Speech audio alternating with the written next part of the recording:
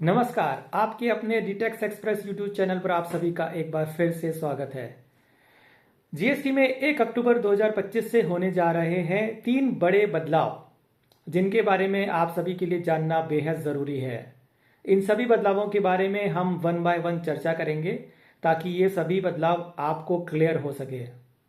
आज के इस वीडियो में मैं उनमें से पहला मेजर बदलाव यानी सीजीएसटी एक्ट के सेक्शन 34(2) में 1 अक्टूबर 2025 से प्रभावी हो चुके अमेंडमेंट के बारे में बात करूंगा और आपको इस अमेंडमेंट को सरल भाषा में समझाने का प्रयास करूंगा।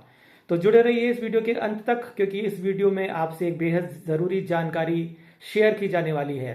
तो शुरू करते हैं वीडियो को। सबसे पहले ये देखते हैं कि सेक्शन 34 में वर्तमान स्थिति क्या है, ताकि हम इसमें जो अमेंडमेंट आया है उसके इफेक्ट को अच्छी तरह से समझ सके।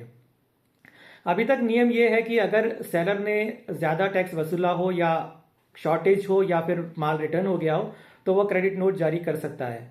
और अब तक रिक्वायरमेंट सिर्फ ये थी कि क्रेडिट नोट जारी करके अपने जीएसटी रिटर्न्स में शो करके वो अपनी आउटवर्ड लायबिलिटी को कम कर सकता था, बशर्ते कि क्रेडिट नोट 30 नवंबर तक या एनुअल रिटर्न दाखिल करने तक विचएवर इज अर्लियर कर दिया जाए। अब तक लॉ में सेक्शन 34 में ये कंडीशन नहीं थी कि आईटीसी रिवर्सल जो रेसिपिएंट द्वारा किया जाएगा वो मैंडेटरी कंडीशन नहीं थी। लेकिन अब फाइनेंस एक्ट 2025 में जो सेक्शन 34(2) में अमेंडमेंट प्रपोज किया गया था उसको 1 अक्टूबर 2025 से प्रभावी किया जा चुका है। और इस नए प्रोविजन के अनुसार अगर कोई सप्लायर क्रेडिट नोट इशू करता है और अपनी आउटवर्ड टैक्स लायबिलिटी को रिड्यूस करना चाहता है तो वो तभी होगा जब उसके रिसिपिएंट द्वारा कॉरस्पॉन्डिंग आईटीसी रिवर्स कर दी जाए। यानी आप सीधे तौर पर किसी भी सप्लायर की आउटवर्ड टैक्स लायबिलिटी को रिड्यूस करने का सीधा सीधा लिंकेज उसके रिसिपिएंट द्वारा कॉरस्पॉन्डिंग आईटीसी को रिवर्स कर दिए जाने से कर दिया गया है, जो पहले सेक्शन 34(2) में कंडीशन नहीं थी। तो इसका उद्देश्य है सप्लायर और रेसिपिएंट के रिकॉर्ड्स को रिकॉन्साइल करना और साथ ही किसी भी प्रकार की रेवेन्यू लीकेज या मिस रिप्रेजेंटेशन को रोकना। अब ये नियम 1 अक्टूबर 2025 से एप्लीकेबल हो चुका है, यानी कि इस डेट के बाद जो भी क्रेडिट नोट इशू किए जाएंगे उन सभी पर यह कंडीशन एप्लीकेबल होगी। तो अब इसका क्या इफेक्ट जाने वाला है? सबसे पहले चीज तो ये है कि सेलर और रेसिपिएंट दोनों को आपस में कोऑर्डिनेट करना पड़ेगा। सेलर को रेसिपिएंट से कोई सर्टिफिकेट या सेल्फ डिक्लेरेशन लेना पड़ सकता है कि उसने कॉरस्पॉन्डिंग आईटीसी को रिवर्स कर दिया है, और साथ ही इन क्रेडिट नोट्स को अपने एलएमएस पोर्टल पर आईएमएस पोर्टल पर एक्सेप्ट भी कर लिया है। अगर रेसिपिएंट ने आईटीसी रिवर्स नहीं किया तो सेलर का जो आउटवर्ड टैक्स लायबिलिटी की डिडक्शन है उसे डिपार्टमेंट द्वारा डिनाई किया जा सकता है।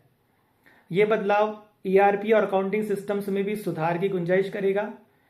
और चुनौती ये है कि जीएसटी पोर्टल पर अभी परचेजर की आईटीसी रिवर्सल की जानकारी सीधे सेलर को नहीं मिलती। तो इस संबंध में सेलर को रेसिपिएंट से ही कोऑर्डिनेट करना पड़ेगा। अब एज ए डीलर क्या तैयारी कर लेनी चाहिए?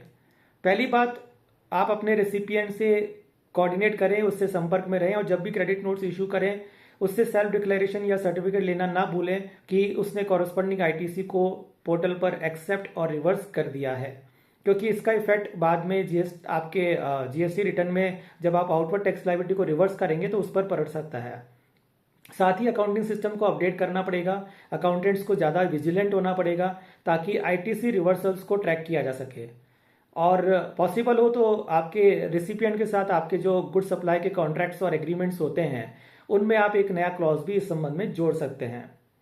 सारे दस्तावेज सबूत के तौर पर संभाल कर रखें, डॉक्यूमेंटेशन पूरा रखें, क्योंकि कभी भी जरूरत पड़ने पर आप जीएसटी अथॉरिटीज को डॉक्यूमेंटेशन के माध्यम से सेटिस्फाई कर सकते हैं। तो दोस्तों, सेक्शन 34(2) का ये बदलाव छोटे बड़े सभी बिजनेसमैन के लिए गेम चेंजर साबित होने वाला है। इससे थोड़ा कंप्लायंस का बर्डन भी बढ़ सकता है, लेकिन इसके साथ ही हम ये भी देखते हैं कि कोऑर्डिनेशन हो जाएगा और डिपार्टमेंट को भी इससे सहूलियत होगी।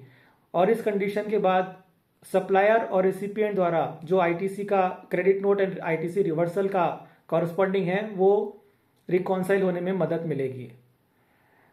अगर ये वीडियो आपको उपयोगी लगा हो तो लाइक, शेयर और सब्सक्राइब जरूर करें और कमेंट में लिखें कि आपको लगता है कि इस बदलाव से विवाद बढ़ेंगे या ट्रांसपेरेंसी बढ़ेगी। तो मिलते हैं अगली वीडियो में, जिसमें मैं आपसे चर्चा करूंगा जीएसटी में 1 अक्टूबर से होने वाले एक दूसरे बड़े बदलाव की। Thank you very much.